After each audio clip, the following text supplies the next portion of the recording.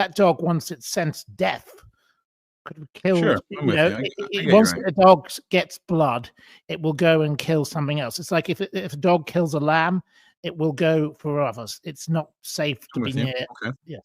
So that is one thing that I don't like about him. Another is he bought a pub. Okay. And then he closed it down.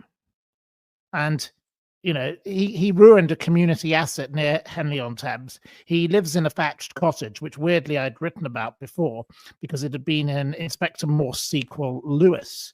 It had been in the program on 2 occasions. So I knew a bit about where he lived. I knew a bit about, you know, one of the ex-girlfriends who was a friend of mine. Her family are friends of mine.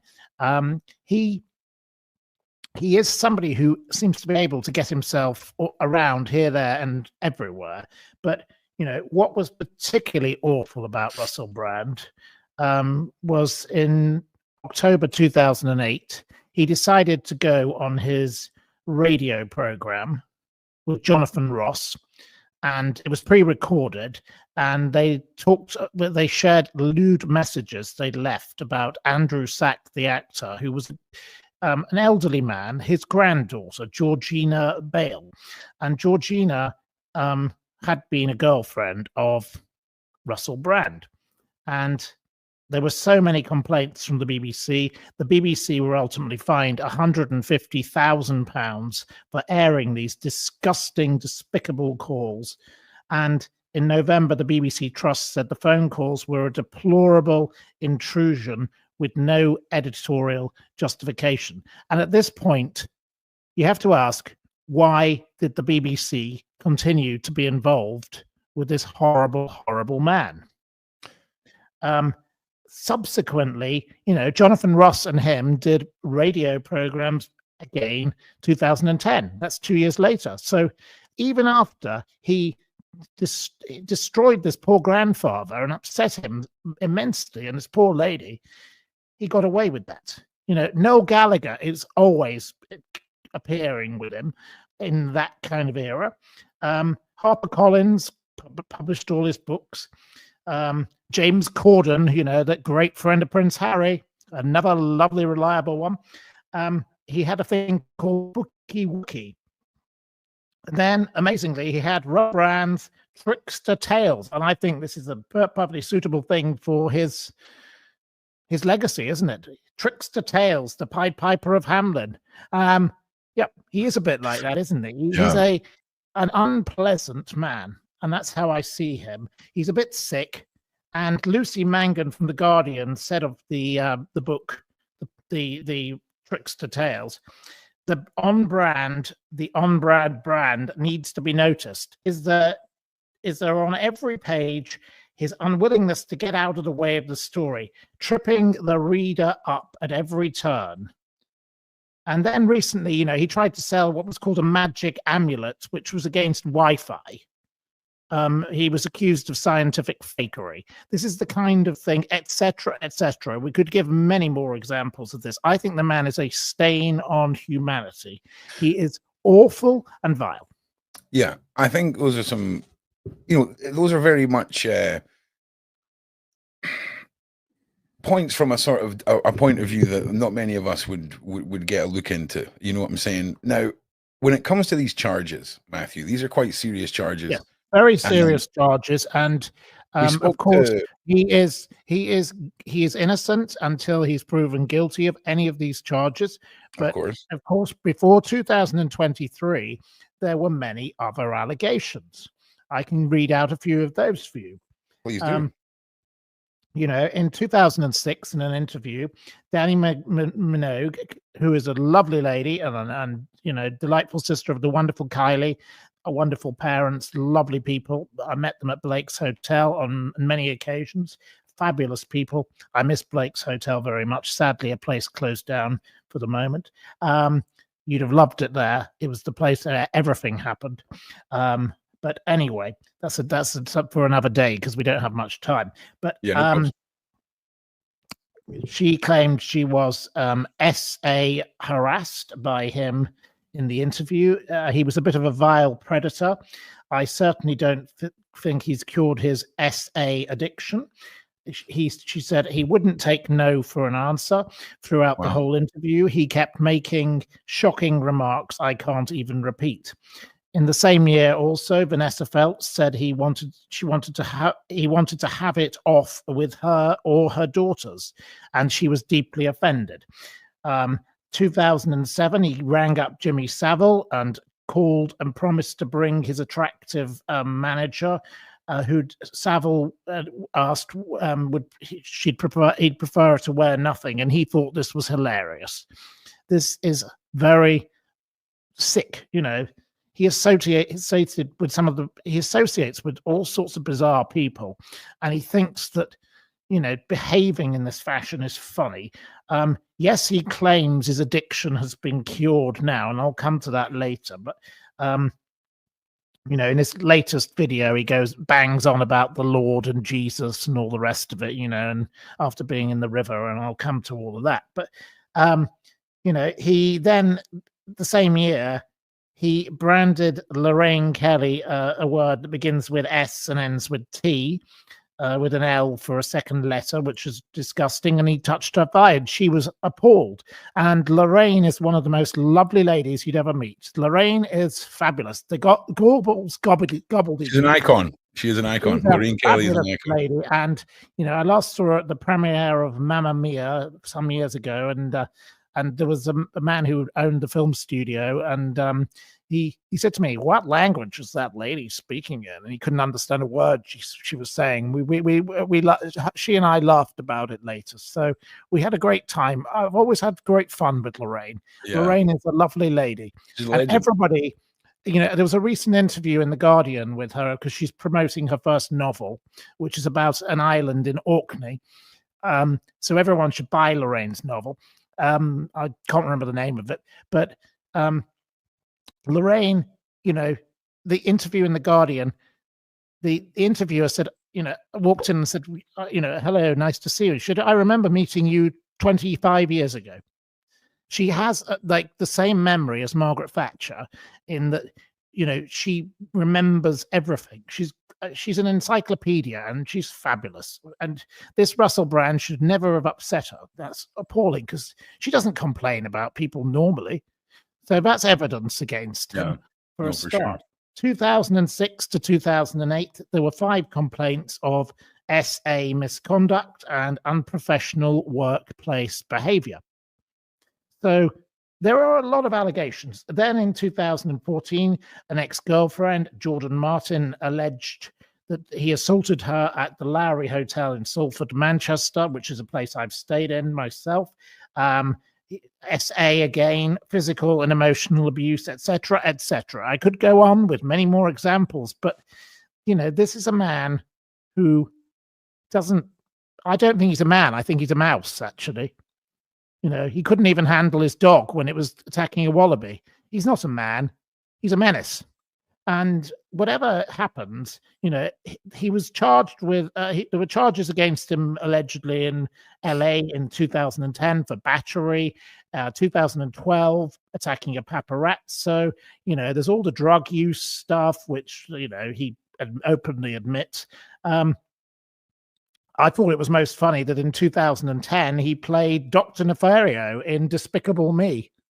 I think that kind of about sums it up, doesn't it? Really, how very appropriate. You know, he's as of about 45 minutes ago on the TMZ, it was saying he's being sued over an incident on the Arthur movie 2011. There are 4 to 8 hours of film to sift through. TMZ, and it's been reported by the Times that Warner Brother have handed over this. And of course, he's saying the law has become a weapon to use against people like me, was highlighting who highlight corruption. You know, he went on about the Southport murders, Keir Starmer. He said, "I was a fool before I lived in the light of the Lord. I want to thank all of you for your continued support. Stay free and praise the Lord." Seriously, this man thinks he's the Messiah. He could be, you know, like one of those cult leaders at this stage. You know, he's been through various religions. You know, he was Hare Krishna in 2007, baptized by Bear Grylls in 2024. Right. When he got married to Katy Perry 2010, it was a Hindu ceremony. He seems to flip about. Now, He's one of just to clarify, Matthew, everything that you've just said when you started off talking about Danny Minogue, this is all documented. This isn't your opinion or third party. This is all documented encounters. And I haven't asked Danny Minogue this, but I've found this evidence online. Yeah, just to be clear for the side chat, just so you know, none of this is like a slanderous opinion or anything like that. This is all. No, this is not my opinion. This is not my opinion. This is what she said in interviews. Correct. I am not giving an opinion on anything. Correct. When I check something, I believe a fact is not a fact until you check it's a fact. That's how I work. I don't do work any other way. I spend all my time checking facts. This is how I write a quiz. You know, I write it all down.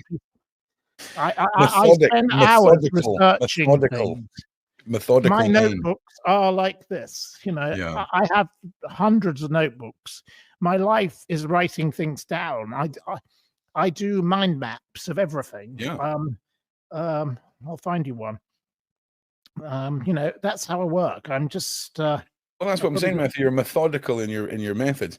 Now, just while Matthew's flicking his pages, can you guys make sure you like, share, subscribe, help us push out our show, and also make sure you guys use the link in the description, go to Matthew's channel and follow him as well. He is doing live streams from his wonderful location and his wonderful backdrop there. You know, there's one of my mind maps of something I'm about to do a big expose on. Nice.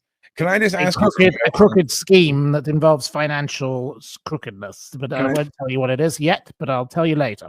But anyway, you know, this coming back to this man, what I'd like to say, you know, he was married 2010 to Katy Perry to 2012. 2012, he also dated Jerry Halliwell, who's subsequently got off with the Red Bull racing man, Horner, who's also had a few allegations and a few problems. Then, of course, it was Jemima Goldsmith, who I love the Goldsmith family, delightful people. Ben Goldsmith, an absolutely fabulous friend who is doing wonderful conservation with beavers and rewilding in Somerset. Fantastic people. I love the Goldsmith family, great people. And then he was in a relationship with from 2015, but he'd first with a restaurateur called, and it's restaurateur, and I hate it when people say restaurateur. That's a very key thing that people should remember. I get quite upset when people say restaurateur. She was called Laura Gallagher. He first dated her in 2017 when she was 19 and he was 30, but they married in 2017 and they've had children. They live in this little cottage in Henley and wherever else they live, I don't know, in probably Los Angeles or somewhere. You know, he is a very strange man. I would say, you know, he's a two-faced loudmouth. He flits from one side of the fence to the other. You know, he changes his mind with the wind. There was an incident where, you know, he would go to theatre premieres in limousines with Jemima Khan, and then he would go to the anonymous protests at the same time standing around with homeless people. He got very much criticized when he turned up to meet the homeless people in a Mercedes with a chauffeur. You know, he doesn't have a filter. This is a man who doesn't understand that he's actually just offensive. He's revolting. One great quote I got from somebody who knows of him, I'm not going to say who, he's a hypocrite who loves luxury, yet claims he campaigns against it. That is how we see him. You know, all of this harry-carry, getting baptized in the river by Bear Grylls. I don't know what Bear Grylls is thinking, because I believe Bear Grylls is actually a very pleasant man. I've never met him, but I'm told Bear Grylls is a decent person. So what on earth is Bear Grylls doing with this reprobate toe rag? Look, I am not saying he is guilty of anything. I've always found him disgusting. There's something revolting about him. And how can you have all this smoke without a bit of fire? There is that. Now, he admits that he was a SA addict. He admits that he was a drug addict. He admits, he did lots of bad things, and he was a fool before he found the Lord, the light of the Lord, as he calls it. But seriously, no. Yeah. Well, this is buy it. This is one thing that was raised yesterday, that this religious shift and this huge endorsement of his faith was a pretext and almost like to be used as a shield. What's your take on that? He is definitely, when you are in trouble, thank God. Yes. Yeah. Of course. Yeah. It's a bit like when Jonathan Aitken, and I'm a great fan of Jonathan, and I love his family.